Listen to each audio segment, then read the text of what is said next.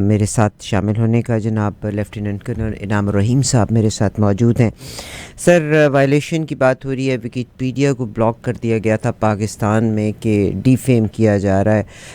میں بالکل ایگری کرتی ہوں، چند لوگ جو غلط بات کرتے ہیں وہ غلط بات کرتے ہیں، اور جیسے پرویز مشرف صاحب نے ڈالر کے حصول کے لیے اور وطن کے لیے نہیں، ذاتی حصول کے لیے، اپنی پراپرٹی کے لیے، اپنے کچن کے لیے بہت سے لوگوں کو امریکہ کے سپرد کر دیا گیا تھا.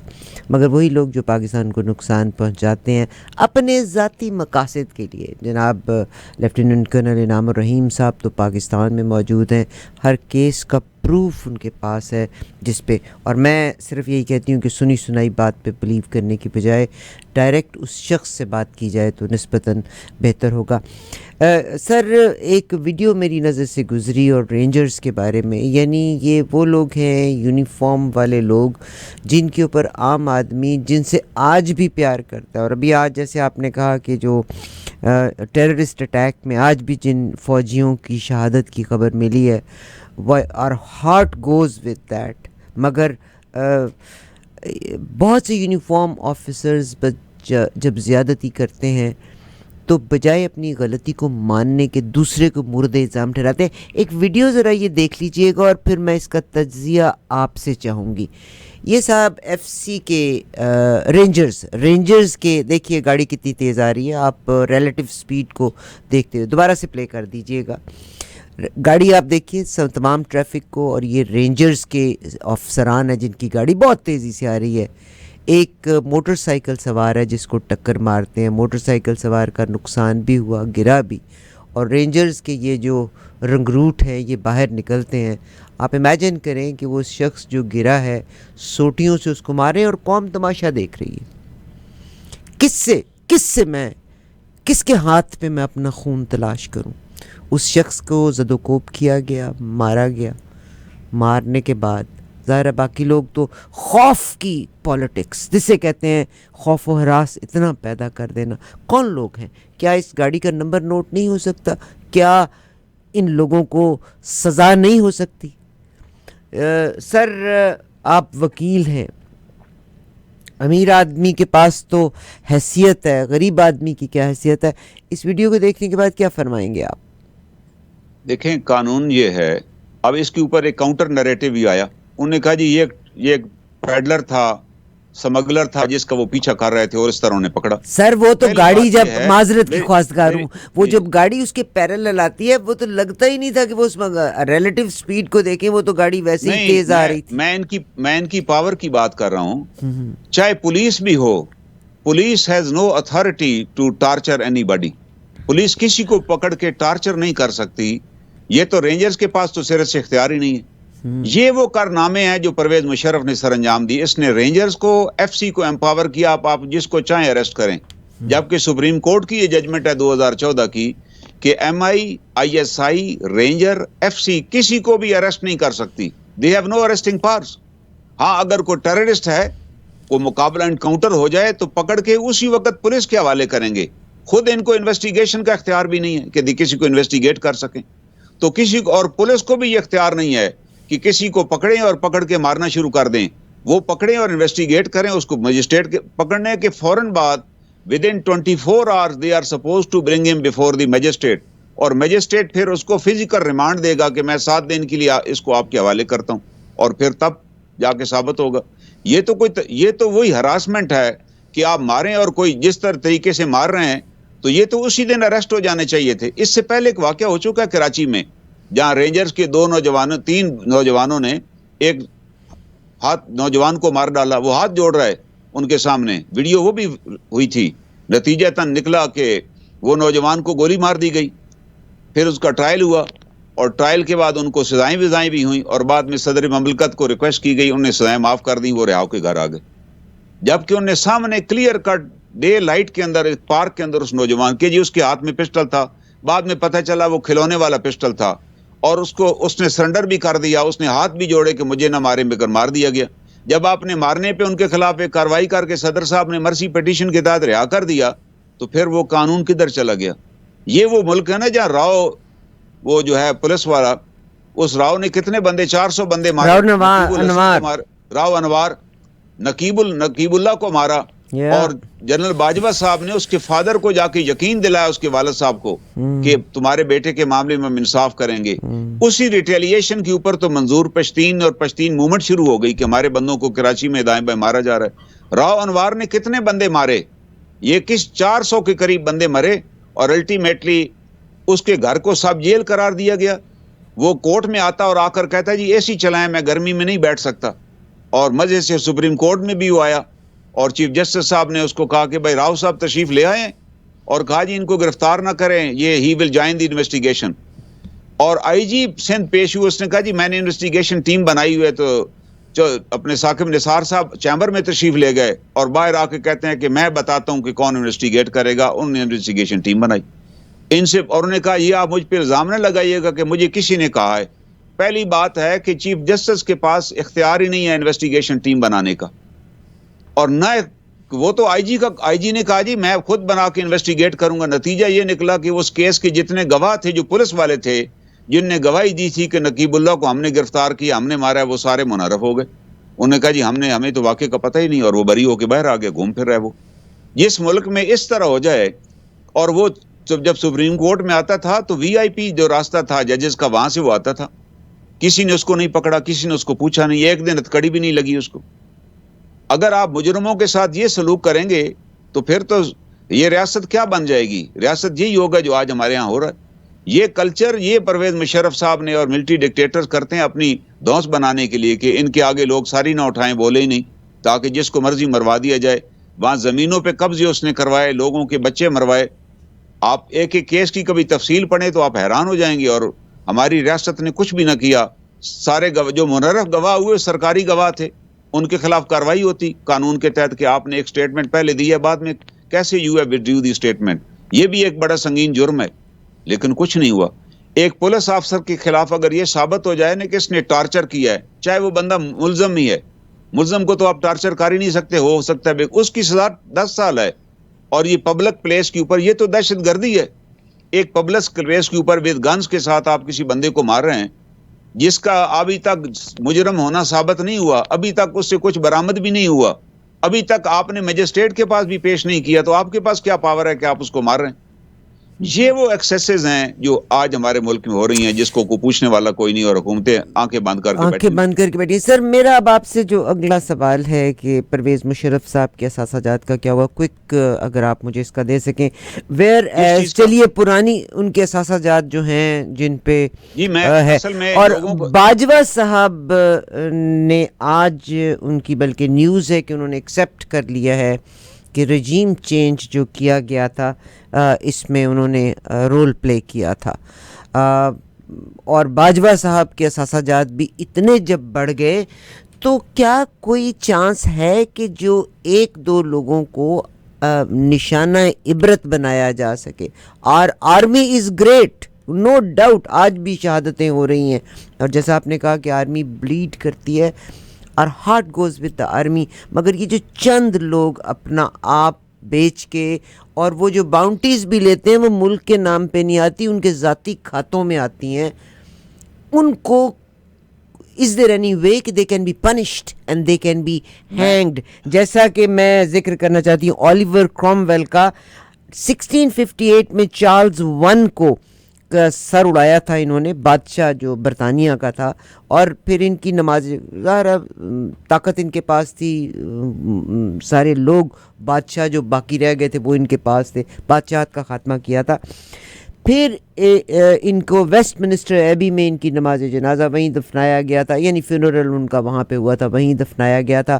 1961 میں چارلز 2 واپس آتے ہیں جن کو برطانیہ میں لایا جاتا ہے, انہوں نے ان کی ڈیڈ باڈی کو ویسٹ منسٹر ایبی سے نکلوا دیا تھا, اور پھر ان کی باڈی کو 1 دن کے لیے صبح سے لے کے شام 4 بجے تک سولی پہ لٹکائے رکھا تھا, اور اس کے بعد شام کو ان کے سر کو اتارنے کے بعد وہی ویسٹ منسٹر ایبی جو ہے ایک 20 فٹ اونچا پول تھا جہاں پہ ان کے سر کو لٹکا دیا گیا تھا. اور 1984 تک کہا جاتا ہے کہ 80s میں شاید ایک طوفانی آندھی آئی تھی جس کے بعد ان کا سر وہاں سے گرا تھا.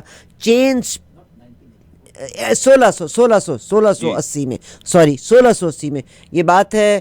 1661 میں انہوں نے چارلز ون کو مروایا تھا. 1658 میں چارلز ون کو مروایا تھا. 1661 میں چارلز ٹو واپس آئے تھے, ان کی باڈی کو نکالا تھا, ان کو وہاں سے لٹکایا گیا تھا. شام 4 بجے کے بعد ان کا سر اتارنے کے بعد پول پہ لٹکا کے ویسٹ منسٹر پہ ہی 20 فٹ اونچے پول کے اوپر لٹکایا گیا تھا. 1661 سے لے کے 1684 تک یہ سر اس پول کے اوپر لٹک رہا تھا, اور ان کے سر کو بھی چینز کے ساتھ لپیٹا ہوا تھا. وہ بھی پھر کہتے ہیں ایک دن طوفانی آندھی آئی تھی جس کے بعد ان کا سر گرا تھا. وہ پھر آگے ایک اور کہانی شروع ہو جاتی ہے. پاکستان کے کوئی 2 ایسے لوگ, یقیناً پاکستانی فوجی غدار تو نہیں ہو سکتے, مگر انہوں نے اپنی تجوریاں بھرنے کے لیے عام لوگوں کو نقصان دیا, پاکستان کی فوج کو بہت نقصان دیا. از دیر اینی چانس کہ جنہوں نے اپنی ذاتی جائیداد میں اتنا اضافہ کیا ہے, ان میں سے کسی کو اس طرح کی سزا دی جا سکے؟ دیکھیں نا, ہمیں ان کی وفات کا افسوس ہے, لیکن ہم یہی چاہتے تھے کہ ان کو اگر لٹکا دیا جاتا تو پھر کبھی رجیم چینج نہ ہوتی. یہ رجیم چینج تبھی بچ سکتی ہے. دیکھیں نا, برطانیہ میں جب اس کرام ویل کو, پہلے تو کرام ویل نے طاقت اٹھائی اور اس کے بعد اس نے آئرلینڈ کے ساتھ جنگ چھیڑ دی تاکہ لوگوں کو بتایا جی میں تو بڑی جنگ لڑ رہا ہوں. نتیجہ نکلا بے شمار خون بہا, آئرلینڈ کے ساتھ ایک دشمنی پڑ گئی. تو اس کے لیے بعد میں انہوں نے طے کیا کہ اس کا ٹرائل ہم کریں گے, اور ٹرائل کے بعد آپ دیکھ لیجئے پھر کسی فوجی آمر نے وہاں بغاوت نہیں کی, کسی نے ٹیک اوور نہیں کیا. اس کا ایک ہی طریقہ تھا, یہی کہ آپ ان کو لٹکا دیا جاتا تو پھر کبھی کوئی رجیم. لیکن چلیں, اس فیصلے کا اتنا امپیکٹ ہوا وقار سیٹھ مرحوم کے فیصلے کا کہ آج بھی کوئی سوچ نہیں سکتا پاکستان میں مارشل لا لگانے کا. اور اس فیصلے کے پیچھے تو وہ سپریم کورٹ کا ڈیسیژن ہے جس میں سپریم کورٹ نے قرار دیا کہ he should be tried under article 6 because he abrogated constitution of Pakistan twice. 2 دفعہ کا آئین توڑ چکے ہیں. اب ایک اور 2 چیزیں میں آپ سے شیئر کرنا چاہتا ہوں جو بڑی اہم ہیں, جو ناظرین سے رہ نہ جائیں. ایک ہے بلوچستان کا المیہ, کہ بلوچستان میں کیا ہوا. نواب اکبر بگٹی فیڈرل منسٹر بھی رہے, وہ گورنر پاکستان بھی تھے, وفاق کے حامی تھے, اور انہوں نے جو علیحدگی پسند 2 عناصر تھے ان کے خلاف کارروائی بھی کی, کیونکہ بلوچستان کے تھے, کسی نے ان پہ الزام نہیں لگایا. انہوں نے کہا میں کسی آدمی کو اجازت نہیں دوں گا کہ وہ اسلحہ اکٹھا کرے اور فیڈریشن کے خلاف لڑے.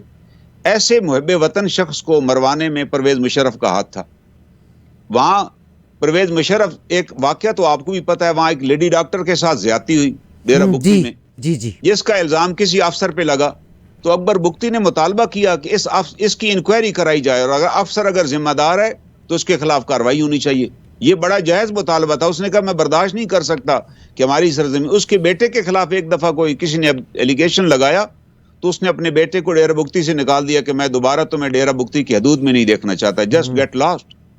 جو آدمی اتنا فارم تھا اپنے بیٹے کے بارے میں کہ میں تمہیں گولی مار دوں گا اگر I have seen you in the area, وہ پھر ساری زندگی اس کا بیٹا نہیں آیا. تو وہ بڑا پرنسپل بندہ تھا. اس نے کہا جی یہ انکوائری کرائیں. تو مشرف صاحب نے کوئی انکوائری نہیں کرائی. کوئٹہ میں لوگوں نے مطالبہ بھی کیا, اور پھر مشرف صاحب نے خود ہی بیان دے دیا کہ I have checked up, the officer is innocent. اس پہ اکبر بگٹی نے کہا کہ اب تو کسی انکوائری کا فائدہ ہی نہیں ہے, جب آپ نے صدر مملکت نے خود ہی سرٹیفکیٹ دے دی ہے بغیر اس لڑکی کو سنے. اور الٹیمیٹلی وہ لیڈی ڈاکٹر کو پاکستان کے چھوڑ کے پھر باہر جانا پڑا, اپنے میاں کے ساتھ وہ پاکستان چھوڑ کے چلی گئی. یہ وہ وجہ نزاع بنی اکبر بگٹی, اور ظاہر ہے وہ اس کا سٹینس واز ویری ویلڈ.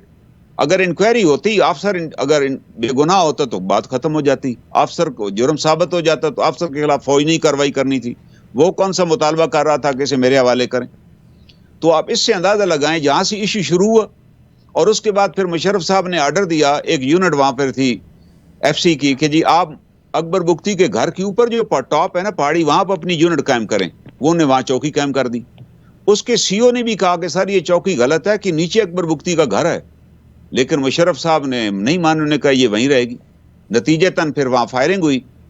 تو یہ واقعہ بھی چودھری شجاعت حسین صاحب نے اپنی کتاب میں لکھا ہے, میں وہ بھی آپ کو پڑھ کے سناتا ہوں.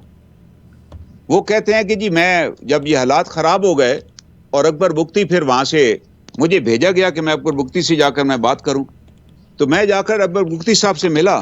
اس وقت اکبر بگٹی اپنے گھر پر ہی تھے. ان نے مجھے دکھایا ان کے گھر کے سین کے اندر ایک بہت بڑا گڑھا تھا کہ یہ میرے گھر کے اندر راکٹ لانچر مارا گیا ہے اور دیکھے میرے گھر کی بے پردگی اوپر سے ہو رہی ہے اور میں برداشت نہیں کر سکتا کہ میرے گھر کے اوپر چوکی بنائی جائے. نتیجہ یہ نکلا کہ ان نے وہاں سے وہ گھر چھوڑ کے چلے گئے اور پہاڑوں میں چلے گئے, اور پہاڑوں میں جانے کے بعد وہ وہاں جا کر بیٹھ گئے. اور اس کے وقت بھی پھر چودھری شجاعت حسین نے مداخلت کی. انہوں نے کہا یہ بڑا نقصان ہو جائے گا. وہ کہتے ہیں کہ مجھے بڑا احساس تھا چودھری اس کا اکبر بگٹی کا, کیونکہ جب میرے والد صاحب کو بلوچستان کی جیلوں میں بھیجا گیا تو وہاں ایک آپشن دی گئی کہ ان کو راستے میں مروا دیا جائے. اکبر بگٹی گورنر تھے, انہوں نے کہا نو ہی از آور گیسٹ, ان کے ساتھ کچھ بھی نہیں ہوگا.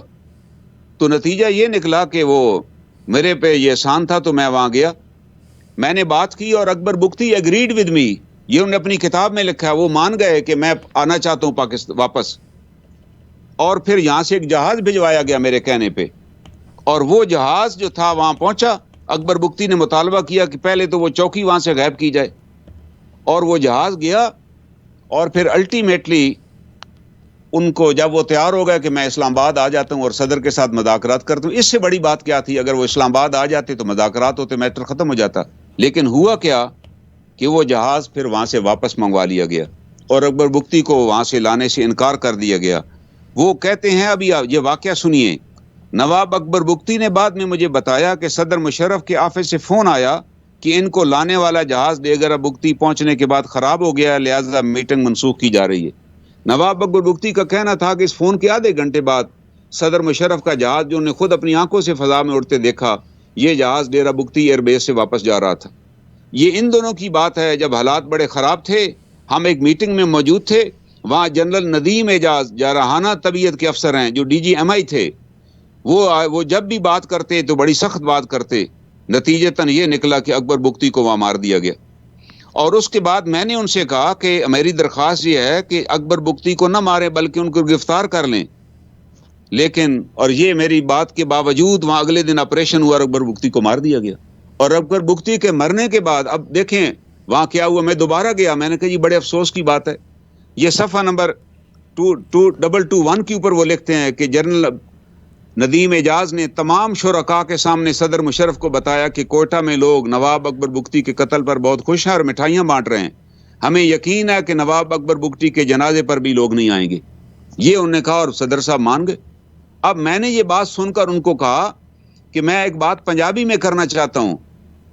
تو جنرل صاحب نے کہا بتائیے. میں نے کہا جی محمد بخش صاحب نے کہا تھا کہ دشمن مرے تو خوشی نہ کریے, سجنا بھی مر جانا. تو مشرف صاحب نے کہا کہ مجھے بات آپ کی سمجھ آ گئی ہے, لیکن آپ دیکھیے. اور پھر جنازے کی بات آئی تو میں نے کہا جی جنازہ اس کا ہونا چاہیے, اس کو جنازہ کرنے دیں. تو مشرف صاحب نے کہا جی آپ کو پھر بھیج دیتے ہیں, آپ جنازہ اٹینڈ کر رہے ہیں اس کو. تو لوگوں نے کہا جی آپ ان کو کیوں مروانا چاہتے ہیں.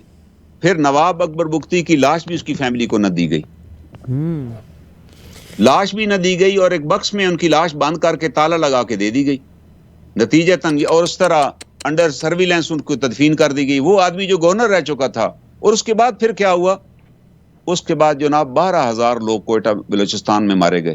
اور آج بھی بلوچستان میں لوگ مارے جا رہے ہیں. آج بھی, میں آج کی بات کر رہا ہوں. روزانہ آپ اخبار اٹھا کر دیکھیں, خبر آتی ہے کہ جی آج آئی ڈی بلاسٹ ہو گئی, آج گاڑی تباہ کر دی گئی, آج فلاں ہو گیا, آج یہ ہو گیا. وجہ نواب اکبر بگٹی کا قتل. نواب اکبر بگٹی کو اس نے قتل کیا انٹرنیشنل ایجنڈے کے تحت, کہ ایک ایسا بیج بویا گیا کہ تمام بلوچوں نے کہا کہ اگر یہ حالات ہیں ہمارے, ایک آدمی آپ سے مذاکرات کرنے کے لیے آنا چاہتا ہے اور آپ کہتے ہیں جی ہمارا جہاز خراب ہے, آپ اگلے دن اس کو مروا دیتے ہیں وہاں پر. یہ کون سا طریقہ؟ یہ ریاست آپ اس طرح چلا رہے ہیں. اور کتنے لوگ, یہ نوجوان افسر ہیں ہمارا جو قیمتی سرمایہ تھا پاکستان آرمی کا, کیپٹن اور میجر, وہ شہید ہو رہے ہیں. سر باجوہ صاحب کے اگینسٹ کچھ کروائیں گے آپ؟ یعنی دا مین ہیز ڈن فیکٹ فوکس میں جو رپورٹ آئی ہے, اور جناب اسحاق ڈار صاحب نے ایکسیپٹ کیا تھا کہ ڈیٹا لیک ہوا ہے, تو کیا اب وہ تو اس وقت ہیں نا, اور انہوں نے سنا ہے کہ ایکسیپٹ بھی کر لیا کہ رجیم چینج میں they played a very important and vital role. تو میرا کوئک یہ سوال کے بعد ایک سوال اور ہے, بس اس کی کلیریفیکیشن آپ سے چاہتی ہوں. تو آپ باجوہ صاحب کو بھی کٹہرے میں لے کے آئیں گے؟ میرا خیال ہے قوم کو, ادروائز یہ قوم اب ٹھنڈی ہونے کی نہیں ہے. نہیں, یہ جو حالات ہیں یہ ٹھنڈے ہونے والے حالات نہیں ہیں. میں ایک اور چیز کی طرف آ رہا ہوں جس کی وجہ سے باجوہ صاحب خود نیٹ میں آ جائیں گے. ایک اور بہت بڑی کرپشن ہے جس کا اس قوم کو پتہ ہی نہیں ہے. وہ یہ ہوا کہ ہمارے پاکستان پیپل پارٹی کی جب حکومت تھی تو یہاں انہوں نے آئی پی پی سائن کیے, انڈیپینڈنٹ پاور پلانٹس, اور ان کو ایک بڑے ایگزوربینٹ ریٹس کے اوپر بجلی سپلائی کو ان کے ساتھ ٹھیکہ کر دیا گیا. یہ میٹر ایک عزیز صاحب ہمارے تھے, انہوں نے جا کر لاہور ہائی کورٹ میں دائر کیا, پھر سپریم کورٹ میں آ گئے, اور سپریم کورٹ نے وہ سارے معاہدے غیر قانونی قرار دے دیے. انہوں نے کہا یہ سارے معاہدے فراڈ پر مبنی ہیں, اور سپریم کورٹ نے اپنے فیصلے میں لکھا کہ یہ جو آئی پی پی ساتھ معاہدے کی گیا, اور جو افسر واپڈا سے اس کی طرف سے وہ معاہدے کر رہا تھا, اس نے واپڈا سے ریٹائرمنٹ لی, پوری پینشن لی, اور جا کے آئی پی پی میں ملازمت اختیار کر لی, وہاں ان کا چیئرمین بن گئے. انہوں نے وہ بھی لکھا کہ اس کے خلاف بھی کارروائی کریں, ایف آئی آر درج کرنے کا حکم دیا. انہوں نے کہا سارے معاہدے کینسل کریں. اب جب وہ معاہدے کینسل کرنے لگے, مسلم لیگ نون کی حکومت تھی, انہوں نے کہا جی ہم ان معاہدوں کو کینسل کر کے ان کے خلاف کارروائی کریں گے. تو 99 میں مشرف صاحب آ گئے, اور پھر الٹیمیٹلی مشرف صاحب نے 2000 میں معاہدہ کر لیا ہبکو کے ساتھ, اور اس معاہدے میں شوکت عزیز بھی شامل تھے اور جنرل ذوالفقار بھی شامل تھے جو چیئرمین واپڈا تھے. اور انہوں نے جب معاہدہ ان کے سامنے رکھا گیا کہ یہ معاہدہ آپ چھوڑیں, وہ کارروائی وغیرہ کی کوئی ضرورت نہیں ہے, انٹرنیشنل ایجنسی ہے, معاہدہ کریں. اور انہوں نے جب معاہدہ دیکھا, جنرل ذوالفقار بڑے آنیسٹ افسر ہیں, بڑی اچھی ریپوٹیشن ہے ان کی, انہوں نے کہا یہ میں چھلانگ لگا دوں گا اس بلڈنگ سے, but I will not sign this project. تو شوکت عزیز صاحب نے فون میں لایا پرویز مشرف کو, ان سے بات کرائی. پرویز مشرف نے کہا you don't understand the international indications, just sign this. فوج میں ہوتا یہ ہے کہ آپ میکسیمم ایک آدھ دفعہ سٹینڈ لے لیتے ہیں, آپ کو پتہ اگر دوبارہ سٹینڈ لیا تو نوکری چلی جائے گی. نتیجتاً جنرل ذوالفقار کو سائن کرنے پڑے, وہ معاہدہ ہو گیا. اخبار میں خبر آئی چھوٹی سی کہ جی ہبکو کے ساتھ ہمارے معاہدے طے ہو گئے ہیں, میٹر ختم ہو گیا. تو وہاں ایک انٹیلیجنس کے ہمارے افسر تھے, director colonel Tariq, he was giving ان کی ڈیوٹی تھی اس پورے سیٹ اپ کو پروٹیکشن دینی, وہ وہاں موجود تھے. انہوں نے بھی معاہدہ دیکھا. انہوں نے مجھے ایک دن فون کیا کہ بھائی یہ اتنا بڑا گھپلا ہوا ہے, یہ تو آپ بھول جائیں گے مشرف کے 1000 جو آپ کہہ رہے ہیں جی 1000 بلین کا اس نے نقصان پہنچایا, جب آپ یہ پڑھیں گے تو آپ کو پتہ چل جائے گا.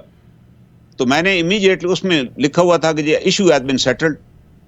تو میں نے فوری طور پہ چیئرمین واپڈا کو لیٹر لکھا کہ آپ مہربانی فرمائیں مجھے اس معاہدے کی کاپی عطا فرمائیں. انہوں نے کہا جی ہمارے پاس تو کاپی ہے نہیں, آپ فلاں منسٹری سے رابطہ کر لیں.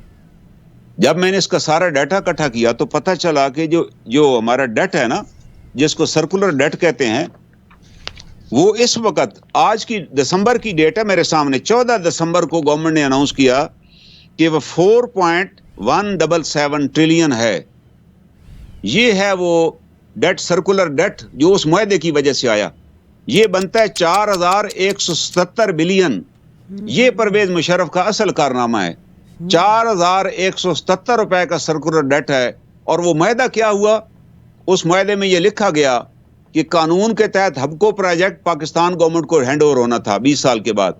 انہوں نے کہا جی آپ ہمارے پاس ہی رہنے دیں گے, یہ ڈیبرے سے آپ نے کیا کرنا ہے, ہم ہی چلائیں گے. ہاں آپ یہ کریں, ہمیں اس کی نا مینٹیننس کے چارجز دے دیا کریں. اب وہ ہر سال ہبکو بل بناتا ہے مینٹیننس کو, خود مینٹیننس کراتا ہے, ان سے پیسے لے لیتا ہے, جبکہ گورنمنٹ آف پاکستان کو مفت میں ملنا تھا. دوسرا انہوں نے کہا جی آپ ہم سے بجلی لیں نہ لیں, آپ ہمیں کیپیسٹی جتنی ہماری ہے اس کے مطابق ہمیں بل دیں. وہ بل بنا کے بھیج دیتے ہیں, ہماری اتنی کیپیسٹی آپ نے لی نہیں, یہاں تو کارخانے بند پڑے ہیں, وہ ہم ان کو بل پے کر رہے ہیں. پھر تیسری بات انہوں نے یہ کی کہ آپ ہمیں آئل لے کر دیں گے جناب. ہمیں یہ نیا معاہدہ جو انہوں نے کیا مشرف صاحب نے, وہ آئل لے کر دینے لگ گیا. ظاہر ہے آئل کا ریٹ تو دنیا میں پتہ کتنا, اور آئل بھی فل کیپیسٹی کا وہ لیتے ہیں, بجلی کم بناتے ہیں, وہ باقی آئل بازار میں بلیک میں بک جاتا ہے. یہ رپورٹ بھی کرن صاحب نے مجھے دی کہ وہ بازار میں بیچ رہے ہیں. پھر اس کے بعد اگلا کارنامہ یہ جی اگلا کارنامہ انہوں نے یہ دیا ہبکو کے ساتھ کہ انہوں نے کہا جی ہم اپنا پروجیکٹ کی کیپیسٹی بڑھا رہے ہیں. وہ کہتا ہے میں دیکھنے گیا تو وہاں نے صرف لوہے کی شیٹیں لگائی ہوئی تھیں کہ جی ہم انرجی سیو کر رہے ہیں, ہیٹ کو روک رہے ہیں, اور اس کی وجہ سے اس کی کیپیسٹی بڑھ گئی ہے, اور دے آر اسٹل چارجنگ. میں نے سپریم کورٹ میں یہ ریفرنس دائر کیا پرویز مشرف صاحب کے خلاف, شوکت عزیز کے خلاف اور جنرل ذوالفقار کے. میں نے کہا جی ان کا بھی سٹیٹمنٹ لیں تاکہ پتہ چلے کس طرح یہ معاہدہ ہوا, کیونکہ چیف جسٹس صاحب نے بیان دیا کہ یہ تو پاکستان کو دیمک کی طرح چاٹ رہا ہے یہ معاہدہ. لیکن جب میں نے ان کو جب بتایا گیا کہ اس کے اندر تو بڑی معزز ہستی کا نام ہے, اگلے دن کیس فارغ ہو گیا. مجھے لیٹر واپس آ گیا کہ یہ پبلک انٹرسٹ کا میٹر ہی نہیں ہے, supreme court will never take up this matter. Then I filed this petition before chairman NAB. Chairman NAB نے اکنالج کیا اور مجھے کہا جی آپ کو ہم کراچی بلائیں گے اس کے. میں نے کہا جی میں تو اسلام آباد میں دائر کیا ہوا ہے, میں ایویڈنس آپ کو دیتا ہوں کہ آپ اس کی کارروائی کریں, ریکور کریں کس قانون کے تحت انہوں نے کیا ہے. میں 2 دفعہ کراچی گیا, ان کے کنسرنڈ افسر سے بھی جا کر ملا, اس نے کہا بس سر من قریب آپ کو بلائیں گے. وہ بھی آج تک نہیں ہوا. اور اب اس قوم کو پتہ چل جائے گا, اب جب بجلی کے ریٹ بڑھیں گے نا, اب گورنمنٹ نے طے کر لیا ہے کہ ہم تو, آئی ایم ایف نے کہا جی آپ سرکولر ڈیٹ کو ختم کریں, ہم ذمہ دار نہیں ہیں. آپ وجہ کیا ہے, I M F is the guardian of international farms جو پاکستان میں کام کر رہی ہیں, اس نے ان کے انٹرسٹ کو لک آفٹر کرنا ہے چاہے ہم بھاڑ میں جائیں. انہوں نے کہا جی آپ ان کو پیمنٹ کریں. سر میرا یہیں پہ آئی ایم ایف کا جب آپ ذکر کر رہے ہیں تو میرا آپ دیکھیں, 1 منٹ جی پلیز, 4177 بلین 4.177 ٹریلین کا سرکولر ڈیٹ ہے. اس کا ذمہ دار بھی پرویز مشرف صاحب تھے اور شوکت عزیز تھے, لیکن نیب نے ایک انچ بھی موو نہیں کیا کہ اس کو اوپر بلا کے ان کی سٹیٹمنٹ ہی ریکارڈ کرے. یہ کیسے ہوگا اتنا بڑا, اور اس بندے کو آپ سٹیٹ فیونرل دے رہے ہیں.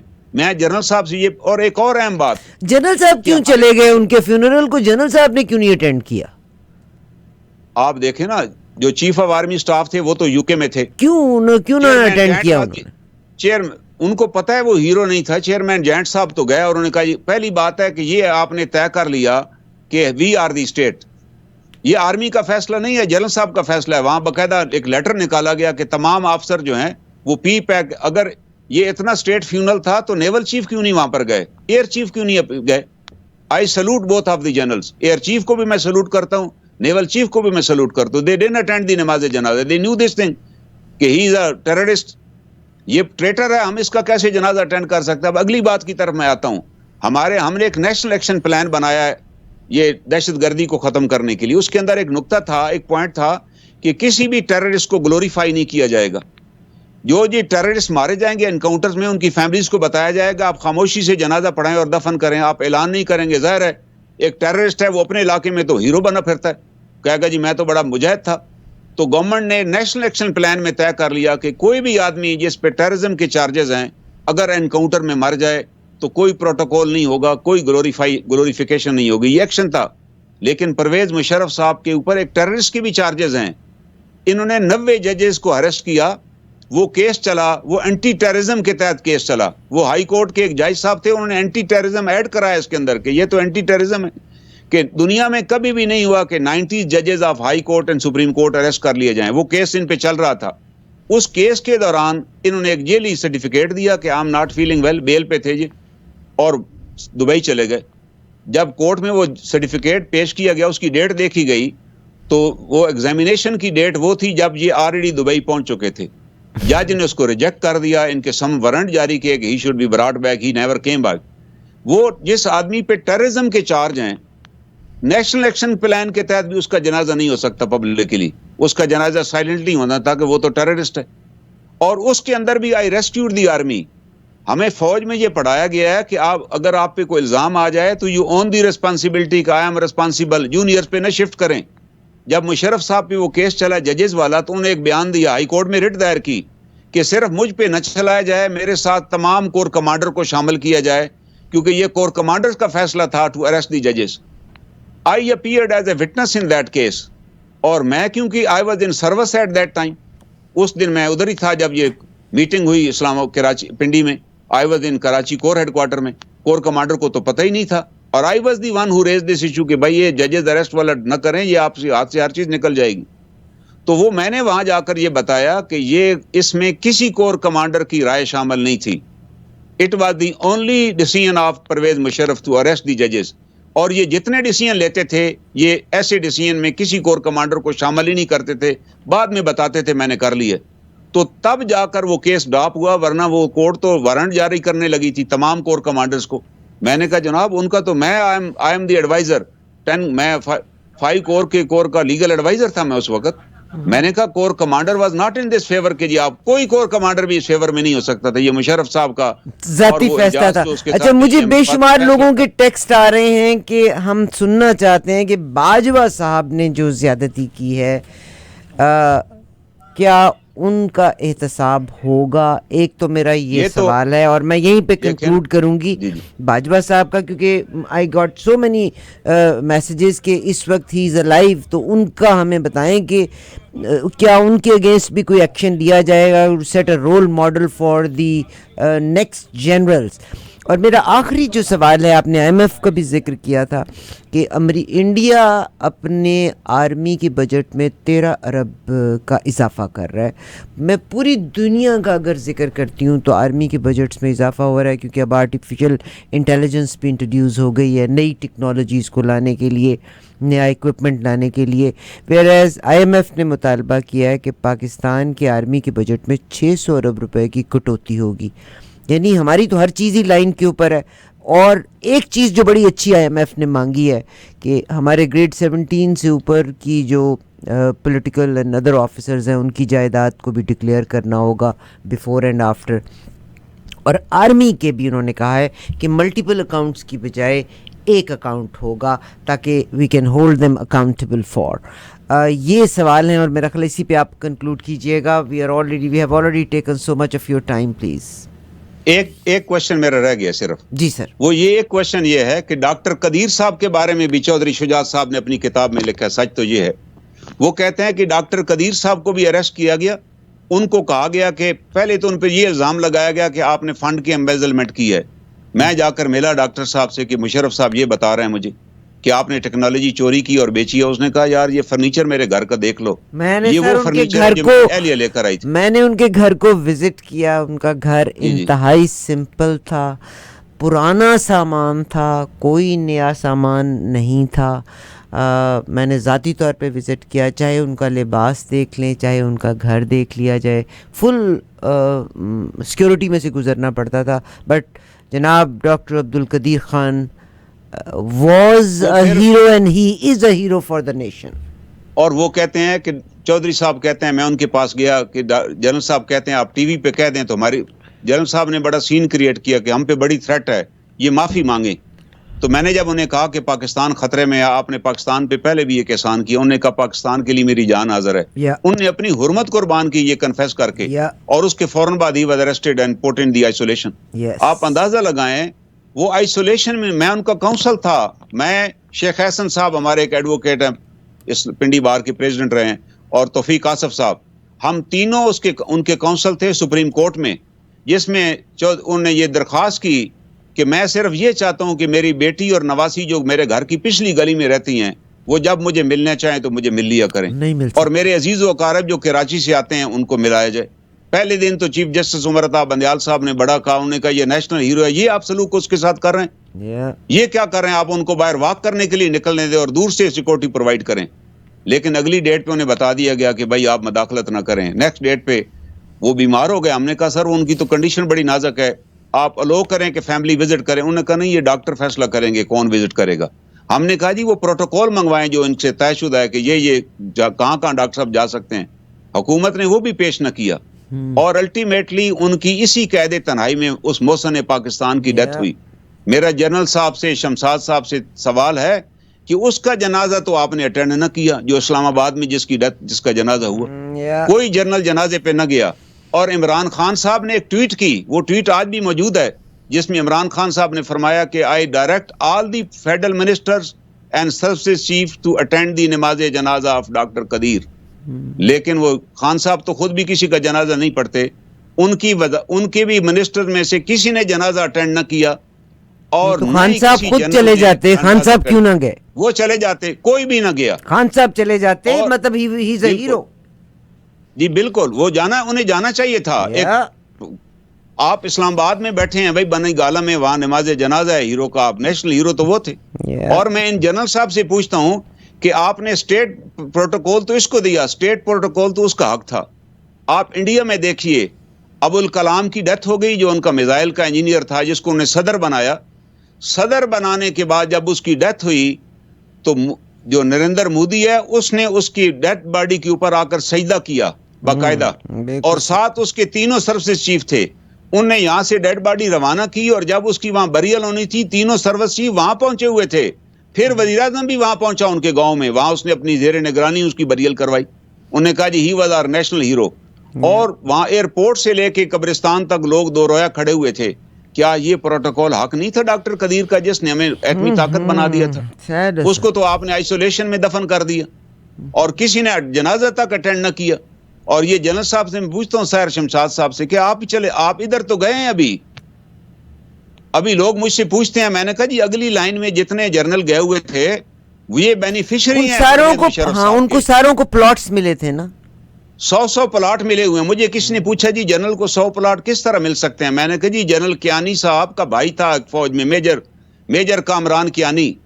اس نے خواہش ظاہر کی کہ مجھے ایک ہی سیکٹر میں 101 پلاٹ الاٹ کیا جائے, اور پھر جنرل صاحب نے آرڈر دیا اس کو لاہور کے ڈی ایچ اے میں ایک ہی سیکٹر کے اندر 101 پلاٹ الاٹ کر دیا گیا. I have the list of the plots. جب میں نے کہا وہ بھائی جرنیل اپنے بھائی کو 101 پلاٹ الاٹ کر سکتا ہے, آپ کیا بات کرتے ہیں کہ جنرل کو. یہ بینیفیشری سارے وہاں گئے ہوئے تھے. انہوں نے ایک میسج دیا دراصل قوم کو کہ وی آر دی اسٹیٹ. اوے اللہ کے بندو وہ فوت ہو گیا تھا, ہم کہہ دیتے کہ جی مشرف صاحب فوت ہو گئے ہیں, ابھی ان کا معاملہ اللہ کے سپرد ہے. آپ نے سارے گناہ اپنے سر پہ بھی ڈالے اور فوج کے سر پہ بھی ڈالے تاکہ یہ دہشت گردی چلتی رہے. وہ کہیں گے جی ہم تو فوج کو ماریں گے کہ انہوں نے تو ہمارے خلاف آپریشن کیا ہوا تھا, مشرف نے یہ کیا تھا, آج بھی اس کے ساتھ کھڑے ہوئے. سر آخری بیان کو کور تھا جی, آپ آخری بیان کو کور کر لیں جو آئی ایم ایف نے پاکستان جب دنیا میں ضرورت ہے فنڈز کی ٹورڈز آرمی اور پوری دنیا بجٹ کو بڑھا رہی ہے, ویئرز پاکستان کی آرمی کے بجٹ کو 600 اربز کم کرنے کا کہا جا رہا ہے. مگر جو خوبصورت بات ہے کہ ان کو اپنے اساس جنرلز کو یہ جو کرپٹ ہیں, اینڈ آئی تھنک 5 انگلیاں برابر نہیں, ہمارے بہت سارے جنرلز بہت بہترین بھی ہیں. میں جنرل شاہد حشمت کو جانتا ہوں جن کو پلاٹ, آپ نے جنرل احسان صاحب کا بھی ذکر کیا تھا. جی جنرل احسان صاحب جو تھے یہ ڈی جی آئی ایس آئی تھے جب ڈاکٹر عافیہ صدیقی کو امریکیوں کے حوالے کیا گیا. وہ جنرل صاحب خود فرماتے ہیں کہ میں نے لاسٹ ٹائم عافیہ صدیقی کے بارے میں سنا تھا کہ وہ شی واز ان اسلام آباد. جنرل صاحب آپ ڈی جی آئی ایس آئی تھے, بتائیے آپ نے کیا سنا تھا اس کے بارے میں, وہ پھر وہاں سے کیسے چلی گئی؟ یہ جواب دینا جی قوم کو. اور جنرل احسان صاحب نے, یہ کیانی صاحب نے ایک پلان بنایا کہ جنرل احسان کو ایکس سروس مین سوسائٹی کا ہیڈ بنا دیا جائے. میں بھی ممبر ہوں, تو جنرل صاحب نے کہا میں الیکشن لڑنا چاہتا ہوں. میں نے انہیں پیغام بھجوایا کہ آپ آئیے لڑیں الیکشن. 2 کام کریں, پہلے اپنے اثاثوں کا اعلان کریں کہ آپ کے پاس کتنے اثاثے ہیں, دوسرا اپنی پوزیشن کلیئر کریں, what was your role in the doctor Aafia Siddiqui. General صاحب پھر الیکشن والے دن آئے نہیں گھر سے, انہوں نے کہا جی میں نہیں الیکشن لڑتا, گھر بیٹھ کے جا کے. سر اب یہ تو حل ہے پاکستان کی آرمی کا کیا فرمائیں گے, اس پہ کنکلوڈ کریں آپ پلیز. اس کے ریسپانسیبل بھی ہمارے جنرلز ہی ہیں جنہوں نے یہ سارا کارنامہ کیا. 2 دفعہ باجوہ صاحب نے گورنمنٹ توڑوائی, 2 دفعہ, اور اب وہ کہتے ہیں میں نان پولیٹیکل ہوں, ہم علیحدہ ہو چکے ہیں. لیکن پرویز الہی کہہ رہا ہے کہ جنرل صاحب نے مجھے مشورہ دیا کہ میں فلاں گروپ میں چلے جاؤں, ان کے ہم پر بڑے احسانات ہیں, اب بھی مشورے دے رہے ہیں. اگر آپ مشورے دے رہے ہیں تو آپ نے تو ان کا یہ کہنا ہی کافی ہے, اٹ اٹریکٹس دی آرٹیکل 6. اور جنرل صاحب نے کیا کارنامہ سر انجام دیا. یہاں اے این ایف کی بلڈنگ تھی, ایک اے این ایف ہیڈ کوارٹر تھا آرمی چیف ہاؤس کے پاس. جنرل صاحب نے اس بلڈنگ, وہ اس کے اندر 50 دفاتر تھے, جنرل باجوہ صاحب نے وہ بلڈنگ پوری گرا دی اور اس کے ساتھ 90 کنال پنجاب گورنمنٹ کی زمین تھی, جیل کی زمین تھی, اس پر قبضہ کر لیا اور وہاں پر اپنا گھر بنا لی. یہ پنڈی میں جوڈیشل کمپلیکس کے ساتھ 90 کنال کے اوپر غیر قانونی طور پہ وہ قابض ہیں, اور وہ پنجاب گورنمنٹ نے وہ زمین دی, اس کے اوپر لکھا ہوا ہے کہ this land we are giving it for defence purpose. وہ ڈیفینس پرپز کے اوپر جنرل صاحب کا گھر کس طرح بن گیا 90 کنال کے اوپر. یہ پنڈی میں ہے, جوڈیشل کمپلیکس کے بالکل متصل, رائٹ آن دی روڈ سائڈ. ان کو پتا ہے جی مشرف کا کچھ نہیں ہوا تو میرا بھی کچھ نہیں ہوگا. ان جرنیلوں نے مشرف کے خلاف کاروائی اس لیے نہیں ہونے دی, انہیں پتا ہے کہ اگر ایک دفعہ کاروائی ہو گئی تو پھر ہم سب کے خلاف کاروائی ہوگی. لیکن انشاءاللہ یہ نہیں بچیں گے. انشاءاللہ یہ جب بجلی کا بنے گا نا, بل آئیں گے لوگوں کو 50% رائز ہوگی, تو لوگوں کو میں نے بتا دیا ہے کہ اس سرکولر ڈیٹ کے ذمہ دار ہمارے جرنیل ہیں. پرویز مشرف صاحب تھے, اور وہ جنرل ذوالفقار کو بلایا جائے, شوکت عزیز کو بلوایا جائے, ریڈ وارنٹ ایشو کریں. جب انہوں نے شوکت عزیز کے خلاف بھی کاروائی نہیں کرنی, شوکت عزیز بھی سر میرا خیال ہے ہی از آن ڈیتھ بیڈ, اپنے بیٹے کو لاس کر کے زندگی کا سب سے بڑا, اور یہ زندگی کس کے لیے دیکھیں نا, دیکھو نا جی اس نے کتنا کمایا, اللہ نے کیا سزا دی اس کو. ایک ہی بیٹا تھا, وہ کینسر اس کی ڈیتھ ہو گئی, اللہ معاف فرمائے. یہ اللہ کا نظام ہے. قرآن پاک میں آتا ہے ان بطش ربک لشدید. مشرف کا کیا اینڈ ہوا آخر آپ دیکھیے اس کا, وہ بول بھی نہیں سکتے تھے. اللہ ہم ڈرتے ہیں کہیں ہم نہ پکڑ میں آ جائیں, ہم بھی ان کے معاونین میں شامل تھے نا, وہ ہم نے ان کی بات تو نہیں مانی, بٹ وی ور شوکت صاحب تو بہت پین میں ہیں جناب, شوکت عزیز صاحب تو ہی از ان ویری مچ پین, اپنی یادداشت کو بھی بھولے ہوئے, بات بھی نہیں کر پاتے, جوان بیٹا جس طرح سے نکل کے چلا گیا, اٹس آل ویری سیڈ. مگر اللہ تبارک و تعالیٰ اپنا کرم کرے, پاکستان کا حامی و ناصر ہے. لیکن انشاءاللہ احتساب ہوگا, اس سے کوئی نہیں بچ سکتا, یہ اللہ کا نظام ہے. سر میری ریکویسٹ ہے آپ سے کہ پلیز شامل ہوا کریں کبھی کبھی فیکٹس کی بات کرتے ہوئے, مگر اللہ کرے میری پاکستان کی فوج, عام آدمی اور موسٹ آف یہ چند وہ جو کہتے ہیں نا آٹے میں جب نمک آتا ہے وہ ذرا سا روڑا آتا ہے یا کنکر آتا ہے, تو وہ ایک کنکر پوری کی پوری بوری کو خراب کر دیتا ہے. اور most of the army is great army, مگر چند we have the best army, یہ بیسٹ آرمی ہماری, جس کو کوئی شکست نہیں کر سکا, اس کو ہم نے خود ہی اپنے ملک چند لوگوں نے, اور وہ بھی اپنے ذاتی مفاد, اس کو بلیڈ کر رہے ہیں, یا اپنے ذاتی کتنے مفاد. لوگ روزانہ شہید ہو رہے ہیں, اس کے یہ ذمہ دار ہیں. جنرل صاحب کا اپنا بیٹا امریکہ میں تھا, یا ہمارے بچے شہید کرا دیے انہوں نے, یہ ہمارے بیٹے, ہم تو لاشیں اٹھا اٹھا کے تھک گئے. کتنے خوبصورت نوجوان, آپ فوٹو دیکھیں وہ شہید ہو رہے ہیں. کنر صاحب آپ کے ٹائم کا بہت نتیجہ تھا. سر آپ کے ٹائم کا بہت شکریہ, میں ریئلی گریٹفل جی, تھینک یو سر, آپ کا بہت شکریہ, اور انشاءاللہ لک فارورڈ, انشاءاللہ we would remain in touch جی, انشاءاللہ جی. سامعین کرام, یہ تو تھی